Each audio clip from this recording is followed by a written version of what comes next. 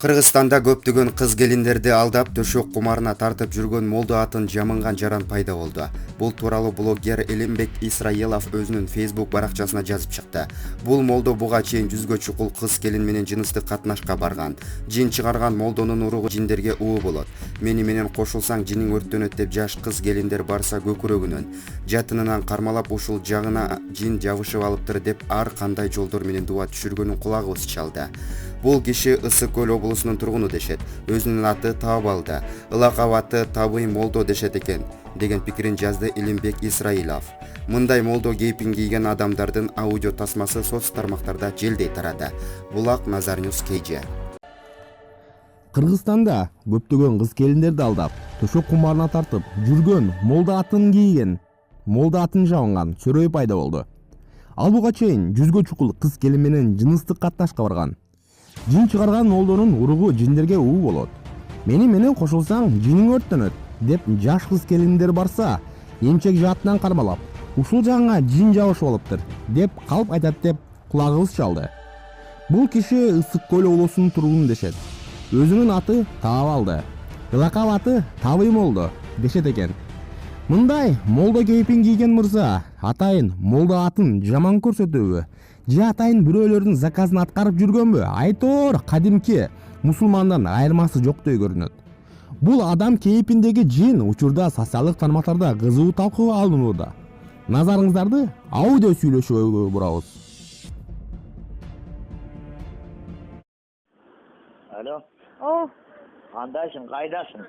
мен азыр жаңы эле ошо маршруттан түшүп анан басып бараткам светофордочу. Кандай болуп атасың? Монтип эме басканда эме могу тизенин ар жагы салаңдап атат да. Тизенин арты. Анан? Уюу аңсып кетип атат да, мынтип катуу бассам ооруп кетип атат.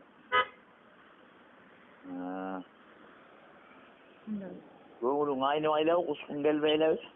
Жок, антпай эле азыр. Могу ошо бутумдун арты басканда ооруп атат да, эмнеге антип атат? Тара эме бутум жана антип кечке эме отжимание сыяктуу жасаганга ооруп калдыбы де, ичинде жүрөт, чорт билбейт атам ушуну. Ичинде жүрүшү мүмкүн, кайра жүрүп кетиши да мүмкүн да менден чыгарың менен. Эртең келесиң. Эртең даярдана келгиниң макулбу? Немени алиф коймастан ала келесиң. Анан аны менен майлайбыздан анан экөөбүз катнаш жасайбыз. Меники түшкөндөн кийин менин жытым менен анан келбейт анан тиги. Коркот. Түшүндүңбү? Ошого настроение болуп келгендей болгон. Өзүң берилип. Ошо өзүмдү настроить этип ала албай атпаймынбы мен? Мен ошондоймун да байке, мен вообще ушундаймын да, мен мурун натурам ошондой болчу да меники. Анан мен да ошондоймун да тиги. Өзү берилбеген аялга такыр косо албайм. Мындай эле кылып чыгарса болбойбу? Мындай эле катнашып эле. Ал ошондой эшектер энеңди айтар, ала тиги неме кылбайт ал. Именно ошол неменин жыты келген деген булар атам бүттүнөн. Качат. Жөсө алдат алам өрттөп жиберет аларды. Ошо катнашы жок эле өрттөтсө эмне болот дейм, өрттөсө. Өрттөө айтпайбы аны? Өрттөсө өрттөйт эле дешек эле. Ошондой да мунун эрежеси. Анан бул неме болгон, анан намаз окуп атканда кандай болуп атасың байкаганың макулбу?